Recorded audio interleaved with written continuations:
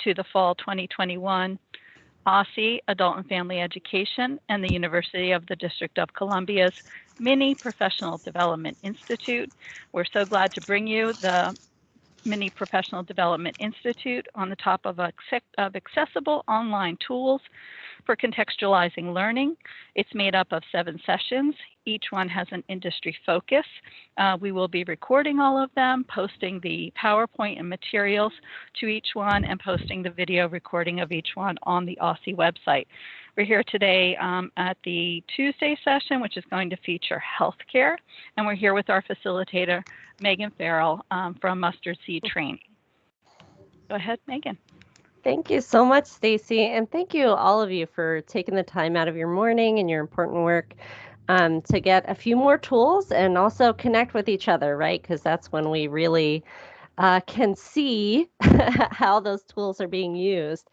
So it's really exciting to have all of you here from so many different organizations.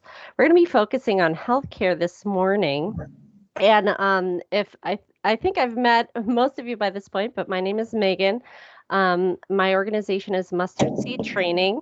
I have worked with a few different adult ed publishers, some of which we'll talk about today, New Readers Press and Essential Ed. So in addition to doing some professional development work like this, which I'm really excited to do, I also do woodworking. So I post all of my professional development on my blog. So that's where you're going to find today's content. It's at blog.mustseed.org, which Stacy already put in the chat for you. And for each session, when you log onto the blog, the next session coming up is going to be on your upper left here. So we're in healthcare. So if you click on that, you'll see the slideshow come up, and you can kind of click through there. And then we also have this document that's shared among all 5 sessions that has contextualized lesson plans. So we will be walking through a sample lesson plan and the resources that we used in that plan. And so you can follow along from home, just watch on the screen if you want. We'll walk through it, but you can also see it here on the page. And Stacy also has those in a Word format as well to share along with the recordings if you want to actually download it and change things, adapt it to your context. It is editable. So, and then the other thing, I did mention the woodworking, so I'm over here. I do a little bit of lead an artisan team. So we make materials for a form of Montessori-based education. So it's fun. And I will talk a little bit, there's a lot of the workforce development that I'm practicing in that and working with my artisans on their business development, etc. So I am very, very grateful to OSSE and UDC for sponsoring this and giving us some time to think about our workforce programs and make those connections. They have so many wonderful resources available to you all. So I'm going to highlight a few of those today later on in the session and share with you a few links where they have kind of master lists of things you can go look at that they have other materials they have sponsored for you. So our big question of the day, and I think you all know the answer to this, is can teaching trades save lives? Yes, right? Yes, absolutely. So what you do, your work is absolutely essential, but we also know that in fields that can be a little dangerous, like healthcare can be right now, those first 6 to 12 months are when the most mistakes, most accidents, most injuries, and even fatalities can happen.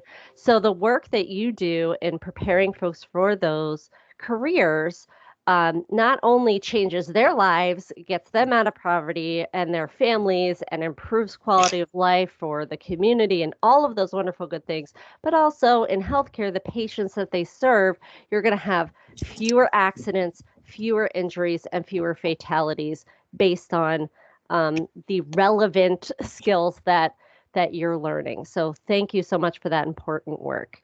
Um, in today's session, I'm going to walk you through, as I mentioned, a contextualized lesson plan.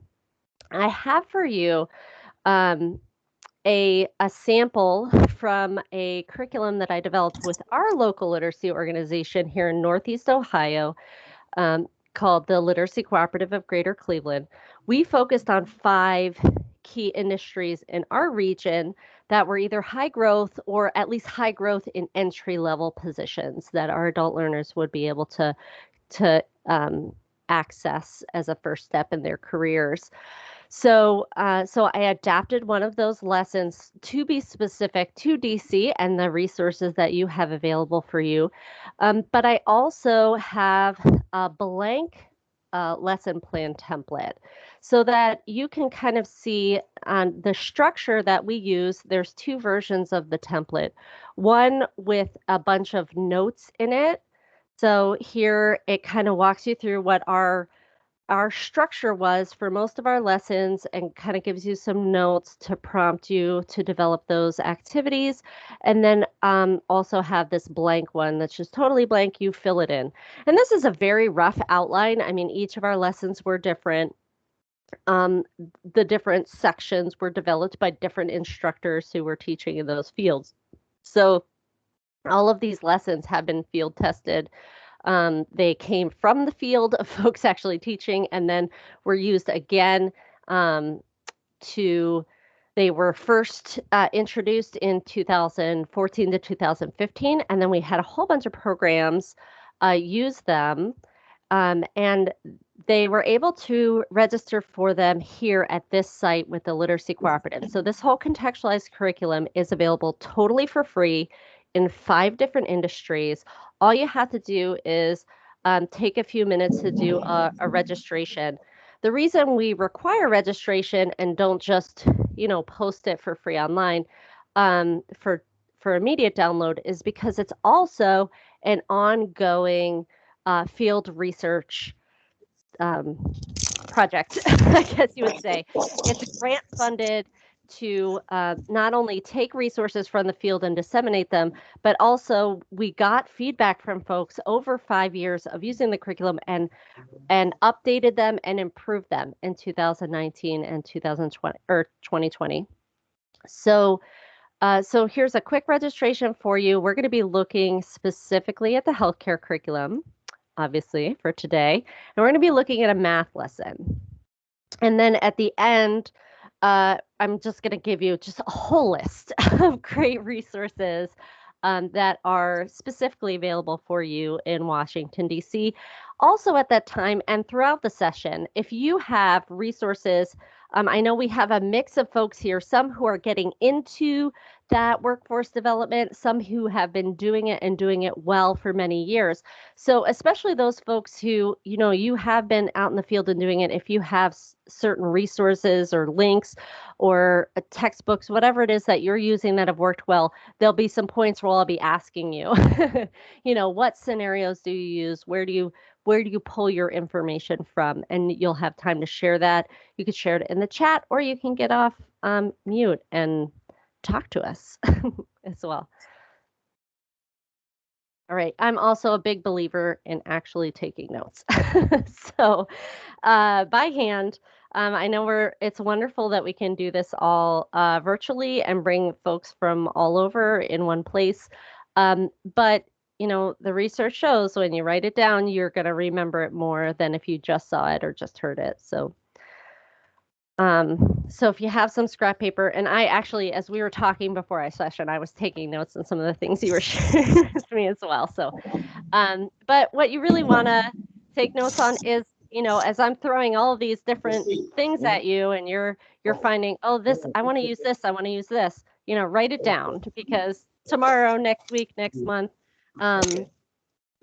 you can go back through my PowerPoint or go through the document, but if you have it written down, it'll help you help you remember, oh, there's that one thing that I wanted to find. So as we talk about contextualized learning, does anyone want to throw out there your definition? And I know there's some folks who have been through this before, so don't cheat and tell us. If there's anyone who hasn't been to our sessions yesterday, do you want to hop on and give us a little definition as we're talking about contextualized learning and instruction? What are we talking about? I would say, this is Anne, I would say associate what the student is trying, or what you're trying to teach the student with something that is relevant to the subject. For example, you were talking about us going through math today. And for math, we have an instructor who is very good at, if it's learning about how to use formulas to convert temperature from one thing to another, then you have to know that, temperature, what is considered to be the standard temperature for adults, or the healthy temperature for adults versus what is unhealthy. If you're talking about height, or changing measurements in height, or using proportions, then height in inches or feet in inches to height in centimeters is something that might be contextual for the students who are going into healthcare. So that's like awesome. I love those examples. Thank you so much. That's exactly it. You nailed it. So that's exactly the kind of scenario we're talking about with contextualize. You want to make sure that your students are not saying, why do I have to know this? Right? You just show them. Here's how you're going to use it. That's awesome. Thank you. So I already showed you our contextualized lesson plan template. So this is a way that you can kind of start off with that, hey, here's why you need to know it. And then, and where you can go find it at the Literacy Cooperative's website. We're going to healthcare. So if you have registered, especially if you did it yesterday, you should have your approval and access by today. You can kind of scroll down and grab any one of these. Once you click, there'll be a document or 4 that you can download from that site. And our healthcare curriculum, like many of you are doing, you have those connections, right, between what you're doing and those training partners, or those folks hiring in the field, right? The business partners who want to grab your students as soon as they're ready to get into the field. So our curriculum was developed as part of a pilot that we called Talent NEO, NEO being Northeast Ohio. And it was a whole bunch of different organizations that got together to develop a curriculum that would do exactly that. They would do that bridge between healthcare, and we had a couple other industries that were focused on. And through the course of this pilot, I think it was 3 years, we got over 2,000 folks prepared for this kind of new economy and these new jobs. And then our business partners would then come and at the end of the session, be arranging interviews and things like that. So that was a really great project that unfortunately kind of splintered off, but we still have this curriculum out of it and out of that experience to share. So when we get into the healthcare document, I'm not going to show you that one. I'm going to show you just the one healthcare lesson plan, and I'll scroll down to that here. If you're following along at blog.mussy.org and you are at this page, we're going to be going down to page 22 for healthcare to look at our math lesson in measurement. So they were very fortunate for these lessons to have 2.5 to 3 hours with students in each of their sessions. So this is a longer lesson. I know when I was teaching, my classes were 1.5 to 2 hours. So I would have to take a lesson like this and split it up into at least 2 lessons. And sometimes longer if you're working with folks on the lower end of the spectrum.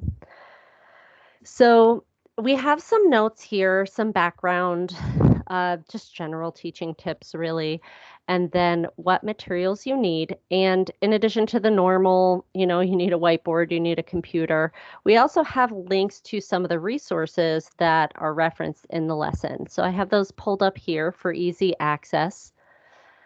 One of them is called Maths for Healthcare Professionals, and it's maths because it's from the UK. I love that plural use because it is maths. Like fractions is not the same as ratios, is not the same as percentages, right? There are multiple types of math.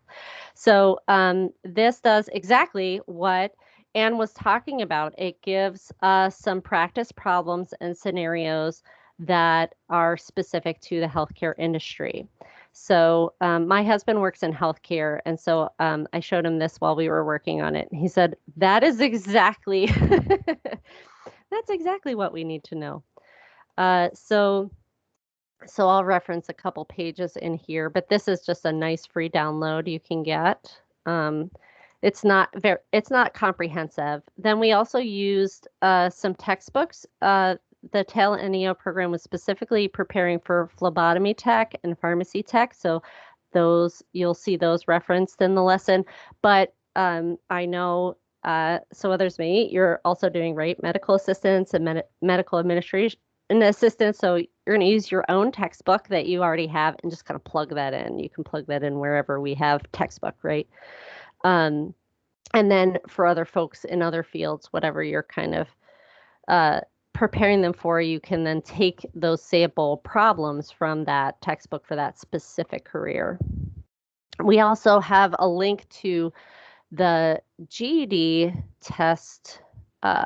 Where did it go? Oh, here it is, our math formula sheet. So all of the high school equivalency exams have a formula sheet, and some of your certification exams will also have a formula sheet. So you could use the one, again, our pilot was specifically taking non-traditional adult learners, folks who hadn't had their high school credential, and they were doing both at the same time. They were preparing for the GED test and preparing for specific careers together.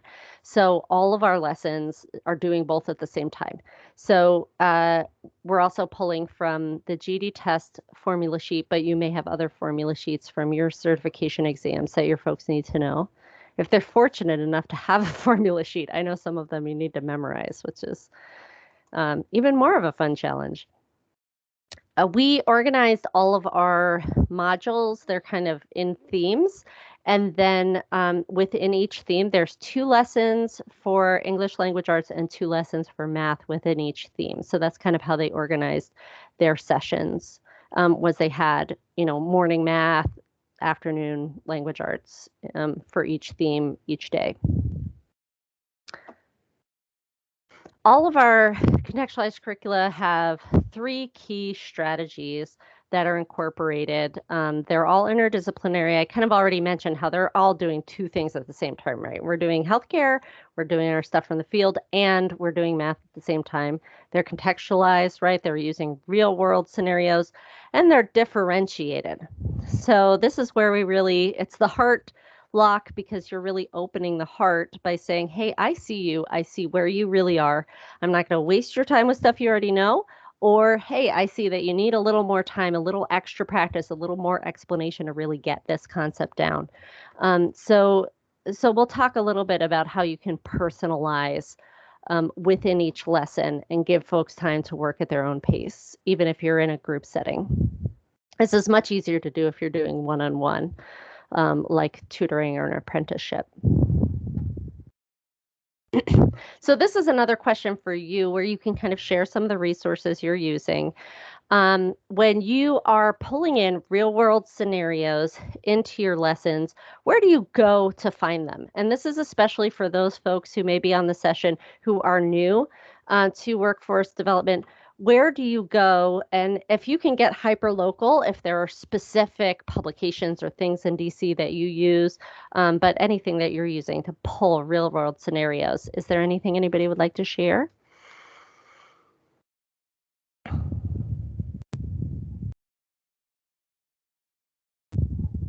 I know some folks might be typing. So, and I don't know, Stacy, if you can actually see the chat because I have the big screen up. If anybody's typed anything, if you wouldn't mind reading it off to us, I'd greatly appreciate it. Sure, I am. I think people are still thinking and getting Yeah. their thoughts together to write. Yes. Let's see what's going to pop in here. Yeah. I often do the Jeopardy theme song at this time, so maybe we can switch it up. I don't know if there's another favorite game show theme folks have.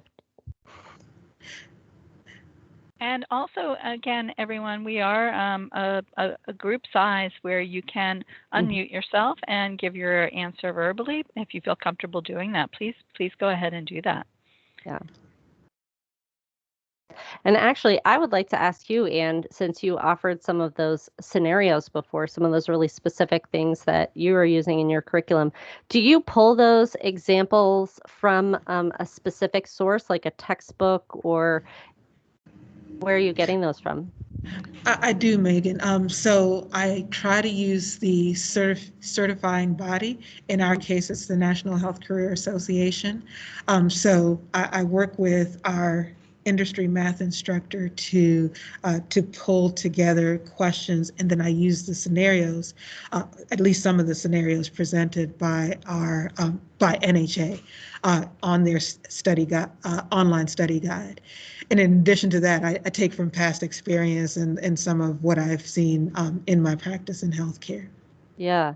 So have you practiced in the specific fields that you're teaching? I'm teaching medical assisting. So I've done each of the different entities, things like, EKGs, phlebotomy, things like that. I've done each of those different entities, but not as a medical assistant. Oh, okay, got it. But you can still speak to the job that they're doing. Absolutely. That's awesome. I love that. So, of course, I mean, your ideal scenario is your source is life experience, right? That's right. You can just talk about what you do. Awesome.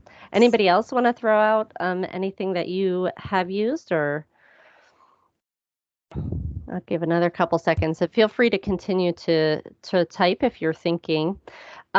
So we try to use a lot of scenario-based instruction. And so as a note, again, if you're new to using scenarios, they should be memorable. So it is okay to exaggerate. It is okay to make up scenarios as long as they're credible, as long as you have the kind of specific details that they may see.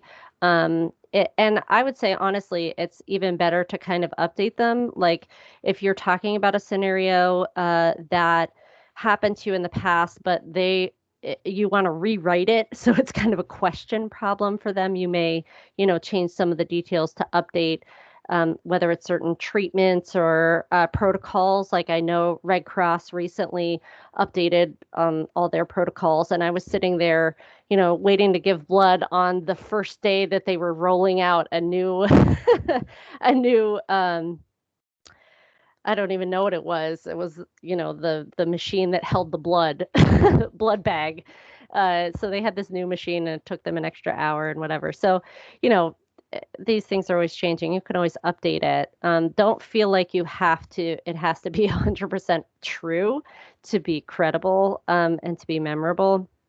But, uh, and I would also say don't shy away. Not that you want to traumatize your students, but let's face it, healthcare right now is a really challenging industry. And folks who are working directly with the public in any industry right now are dealing with even more angry people than we've ever seen in healthcare before. So it is okay to give people, because guess what? If you work in healthcare, you're going to see trauma. So better to think about those scenarios in a safe environment before they're out on the field than to have to, freeze in the middle of a situation where you have to make quick decisions. So by the way, Megan, yes. Associated with legal issues in healthcare, there is so much in current events and to pull from and to educate the students in terms of what would you do differently if you had been presented with, such a scenario, dealing with things like privacy issues, dealing with things like malpractice. And so, yeah, I'd love to take from current events as well. Yeah, that's a great point. Thank you. Yeah, for ours, what we used were kind of like you're saying, some real world scenarios, and we pulled out of our local newspaper. We have the Cleveland Plain Dealer in our area.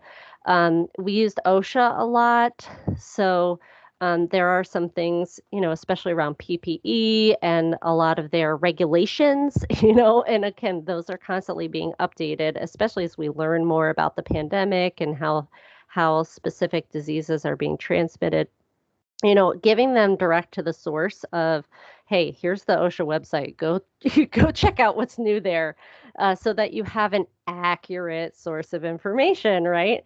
Go directly to the CDC, not to Facebook when you're wondering what's going on with the vaccine or with the disease, right? We also have some reputable YouTube sources because, again, YouTube can be hit or miss when it comes to accuracy. But we do have some really good channels there that have excellent sources of information. And the last point I would make on scenarios is the more recent you can get, as you mentioned, doing current events, the better, especially again in healthcare where protocols and just our knowledge base is constantly changing. But also the more local you can get, the better. So for example, I used to live in the city of Cleveland, in the Huff neighborhood there. So of course I went to my local public library, and our local children's librarian said, I really want to get, it was one year during Black History Month, and he really wanted to do some local, uh, find some local heroes, to elevate. And so he got a bunch of stuff on the Underground Railroad in Oberlin. And he thought, oh yeah, that's regional. That'll really excite the kids. And the kids are like, I don't care. I've never been to Oberlin. I don't even know where that is. It was like a 45-minute drive away. So he just kind of discovered that then he went out and he found things that are like, hey, here's this house in the neighborhood. Here's Jim Brown, who was on the Browns, and and we still have the building where he grew up in, right here down the street.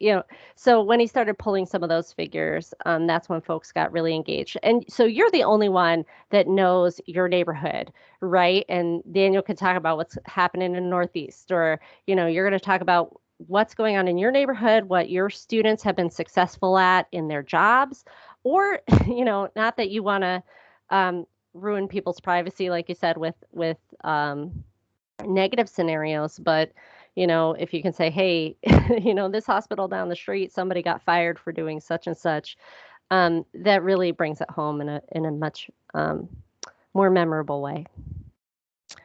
So from the kind of lesson planning perspective, there's a couple different ways to present scenarios in scenario-based learning. You can do it where you're just doing basic recall, where you give them a scenario and then there's just like ABC kind of answers, right? Where there's a right and wrong answer, or you're teaching them some vocabulary, something like that. You can also design scenarios where they have to make a choice. So, you give them a scenario and you say, would you do A or would you do B? And if you really have the time to build out these scenarios, then, okay, well, if you do A, then you have to make this choice. But if you do B, then you have to make this choice. And at the end, there may be a right or wrong answer, right? But you kind of walk them through a couple real world branches, I guess, of things that could happen. But no matter how you present your scenario, it can be discussion based, and you want to pause and make sure that they're really observing what you're talking about. All right, so to dive into this lesson a little further, we talked about resources and sources of information. So here's these great tools. How are we actually using it, right? We have our objectives here, so you're going to tailor that to the standards that you need for your specific industries.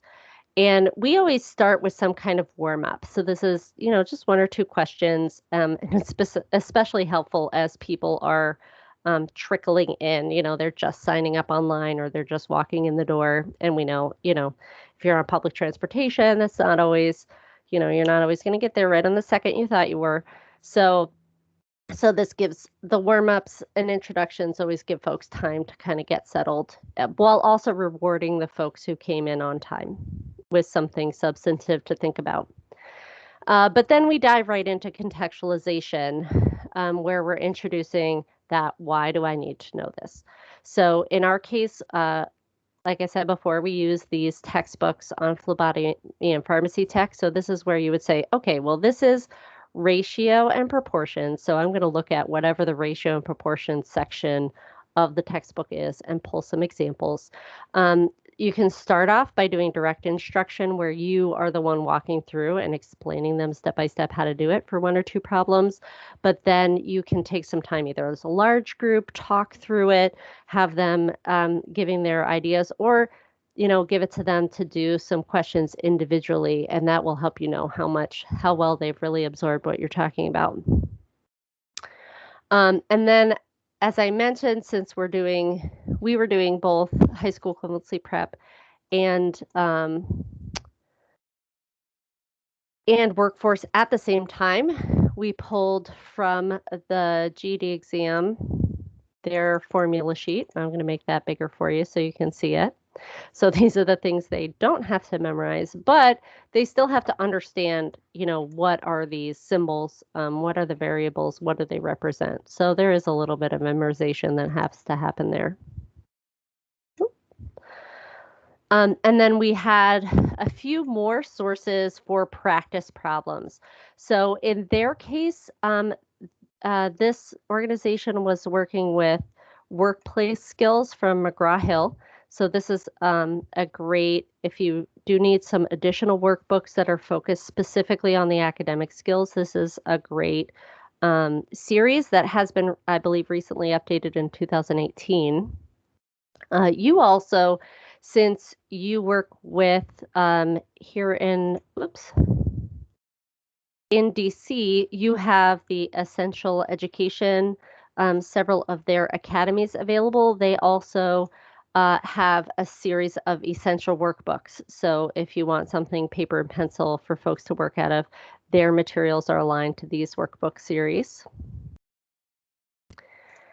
And then we mentioned the maths for healthcare professionals. So we had page 34, where we're working on unit conversion. So this is exactly what we were talking about earlier, where you're having to make sure you convert properly. And again, this in healthcare, this stuff can be life and death. You really need to know your math to avoid giving the wrong dosage of something. And then we also added into each class, 3 hours is a long time to try and keep an entire large group of people engaged.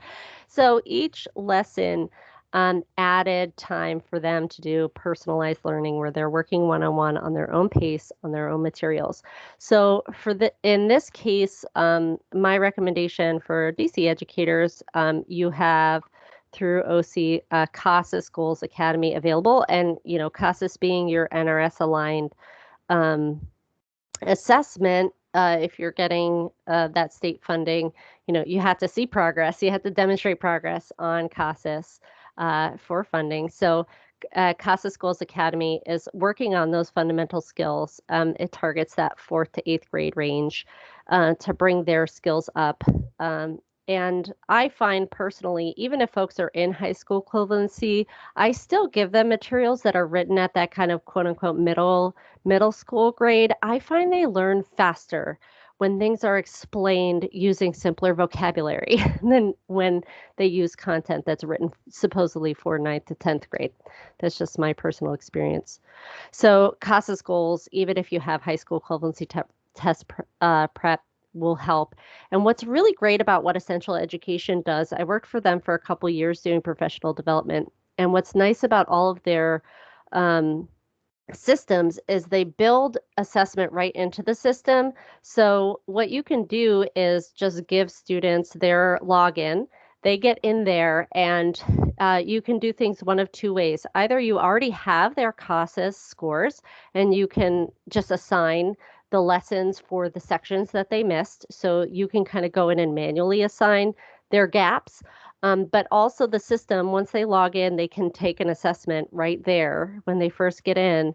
and that will actually assign the lessons for you. So it's really easy, really. Once you give them a login, you could just give them time. Say, okay, go log in, and the system will figure out where they are, what lesson they should be on, what they need to go back and practice. The system will do all that for you. So it saves you a lot of time. And then you can go in and pull the reports on how much time they spent, how much they've improved, et cetera, et cetera.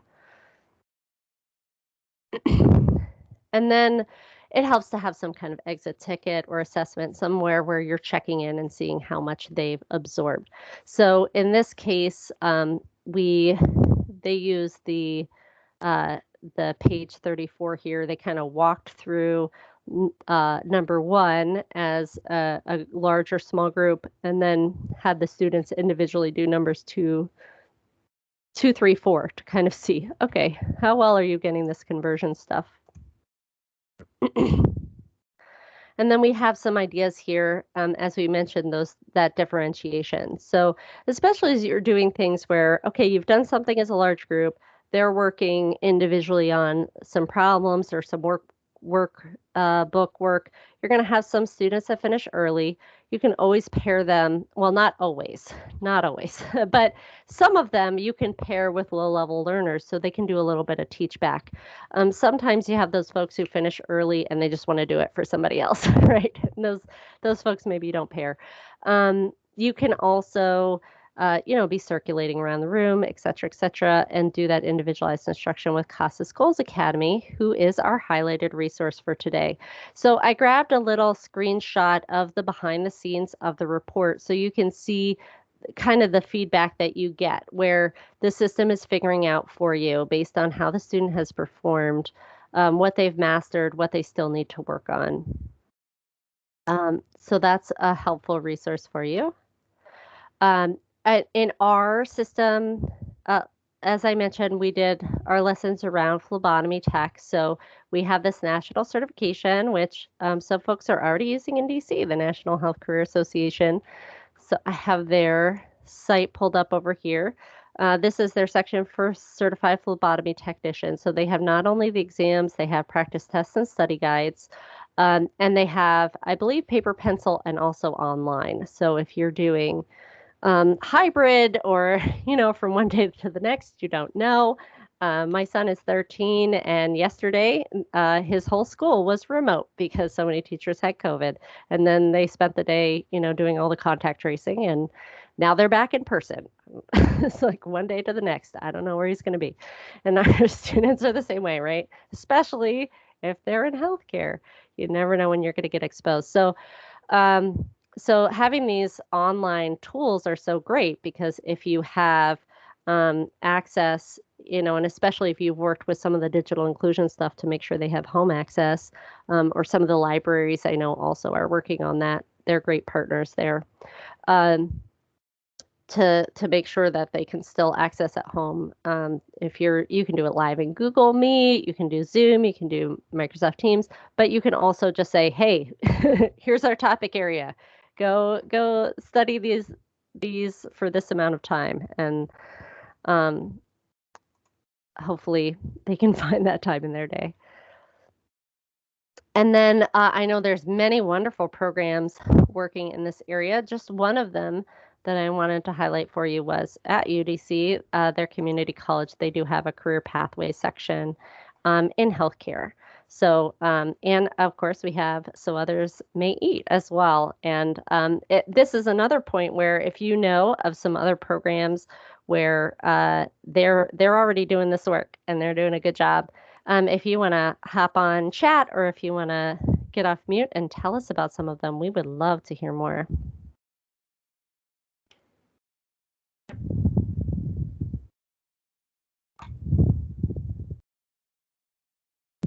So,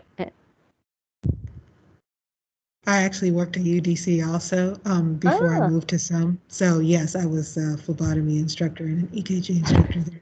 Yeah. There you go. Awesome. That's fantastic. I definitely would agree that they have the career pathway, and as the students move from one area to another, they can get the complete the whole of what they need in order to be able to practice effectively in the field. Yeah. Awesome. Thank you. Uh, I also, oh, go ahead. Yeah, this is Cheryl. Mhm. Uh, we have the great pleasure of partnering with UDC. We have a Medicaid support assistant apprenticeship program with the Department of Healthcare Finance, and UDC is our related instructor partner for that program. And so we have one apprentice who's going through UDC now, getting her certifications and all of her training Oh, that's perfect. through them. Yes. I just Yeah. wanted to share that. Yeah, that's a great partnership. I love that. Thank you. Anybody else want to share? I'll give you a few more seconds to think.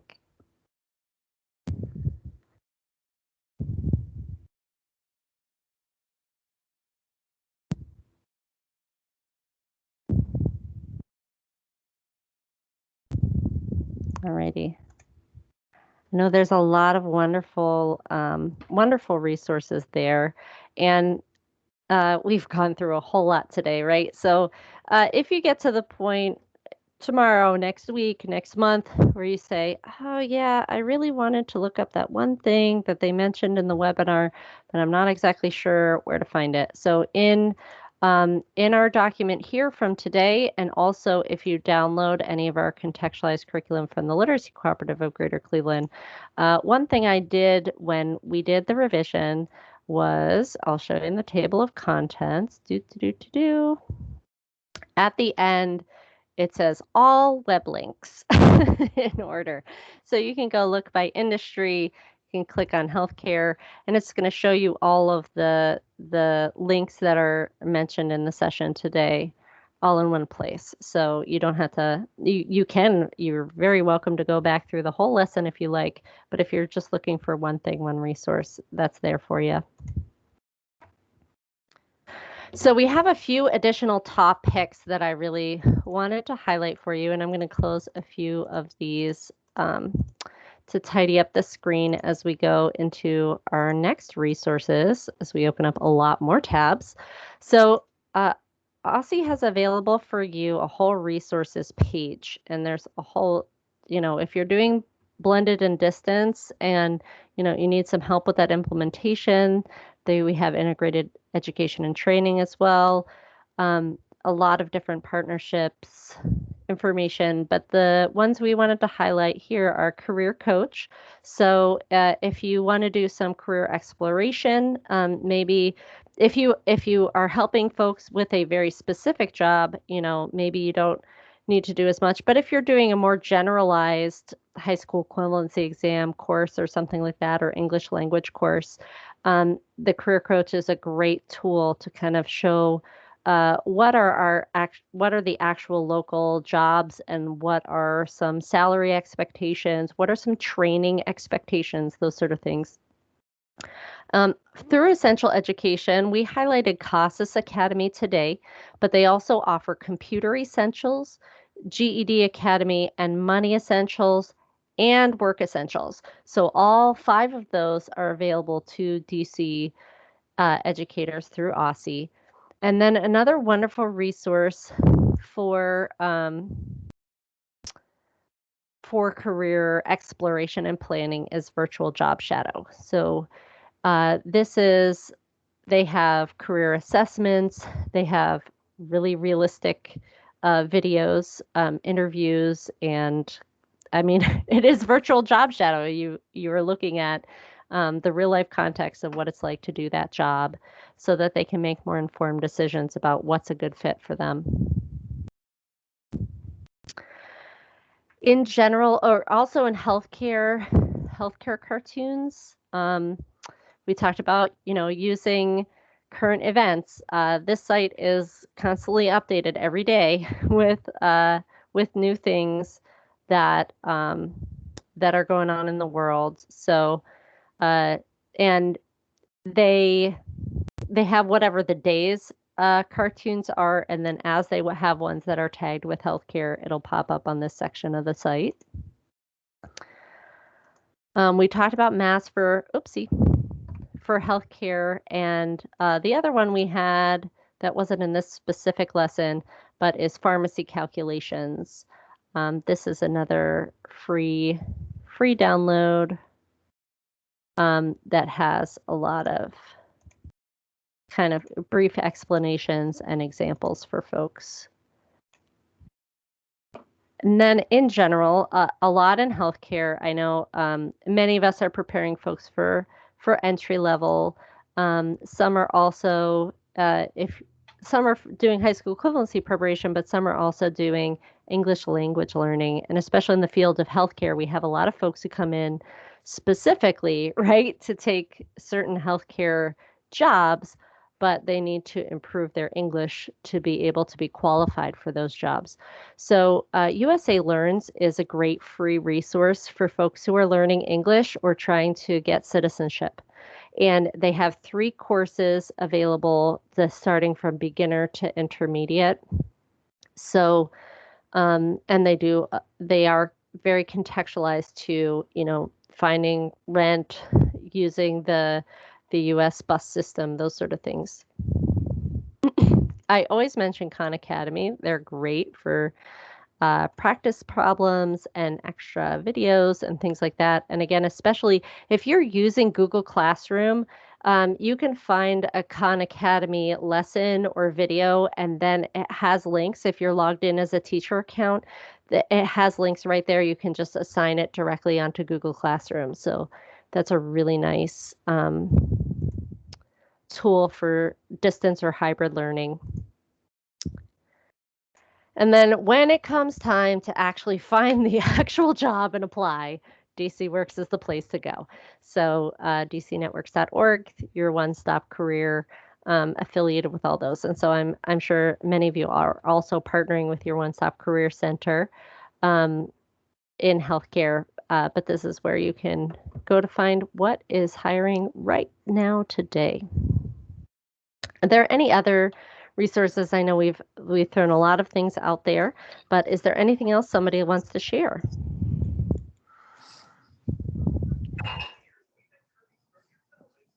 I think that's just background noise, unless somebody's really excited.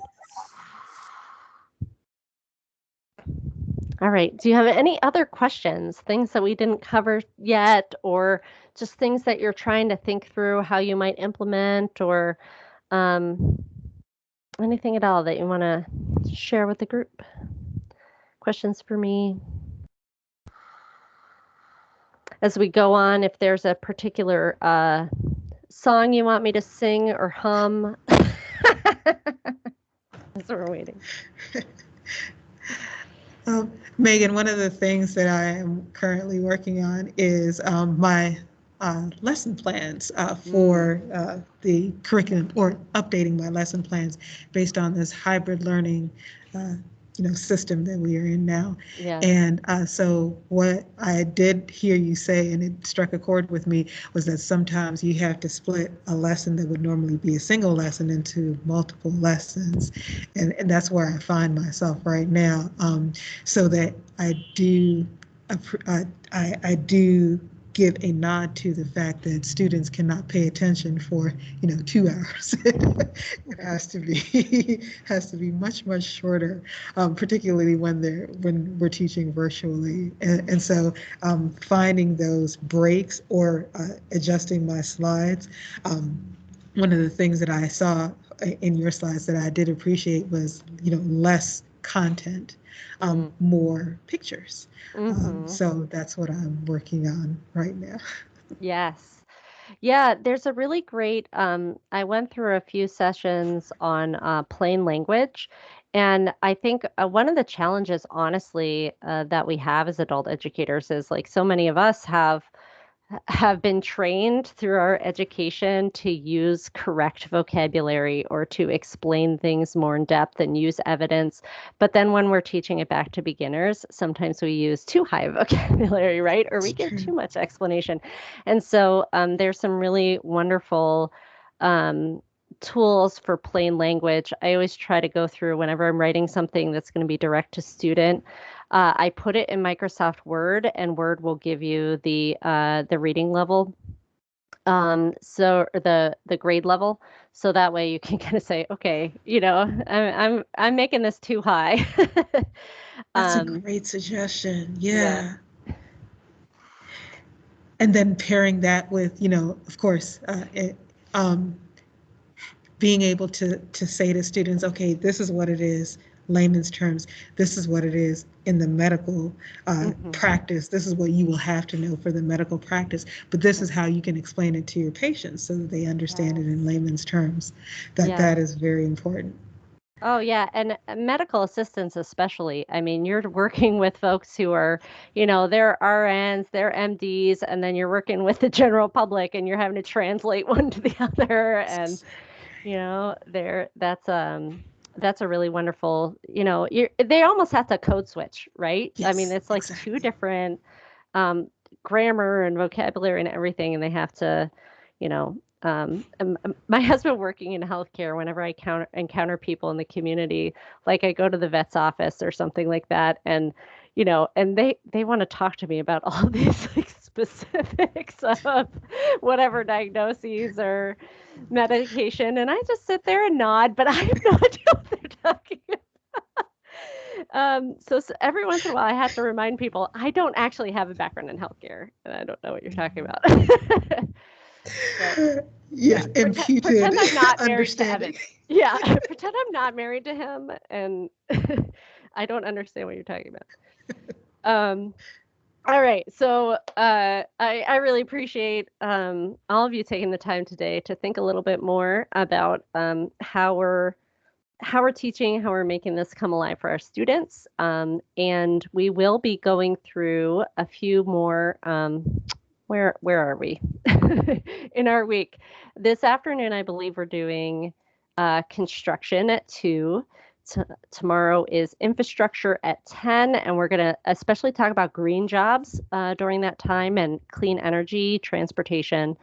At 2 p.m. is law and security, which I know a couple of you are also doing some apprenticeships around working with the police academy. So I look forward to that session. And then 10 a.m. on Thursday is early childhood education. So we hope to see you at some of our additional sessions. I would be happy to stay on if folks have additional questions or comments. But for now, I am just so appreciative of you coming out and taking the time, and especially the important work that you do. You really are making a huge difference, not only in the lives of your students, but in the community as a whole. So thank you. Thank you so much, Megan. We also have put in a link to in the chat to an evaluation. We would love to get some feedback from you about this session and about other sessions you'd like to see in the future. It takes just a few moments to complete that, and it gives you plenty of space to tell us, what other topics you'd like to see, what other formats you'd like to see. So please, please, please do that. And Megan, also you had a question from Daniel about the type of woodworking that you do, I believe. Yeah. We also put in I was gonna wait until after the session. Oh yeah, sure. Yeah, I would love to talk more about that. Yeah, absolutely. And in addition to the Microsoft readability tool, which is right there if you're working in a Microsoft environment, and there's also one that we've learned about more recently called the Hemingway editor, which is also really, really nice to use, and we put the link there as well. Awesome. So you've got lots of options out there for readability. Yeah, what a great tool. Thank you very much. And Megan, you had posted the website, the blog site. Can you put it back up again, please? Sure, absolutely. So it's blog.mustseed.org. Mustseed. Okay, thank you. Yeah. And that's kind of my adult ed, my professional development side. And then the actual product side, if you do want to stick around and talk about that, is just mustseed.org. Okay. That's where Thank you for asking that, Ellen. I'm glad that's going to be at the very end. I'm going to stop the recording and feel free to continue to ask questions and chat with our facilitator, Megan. But I am going to stop the recording now. Thank you, Stacy. Cool.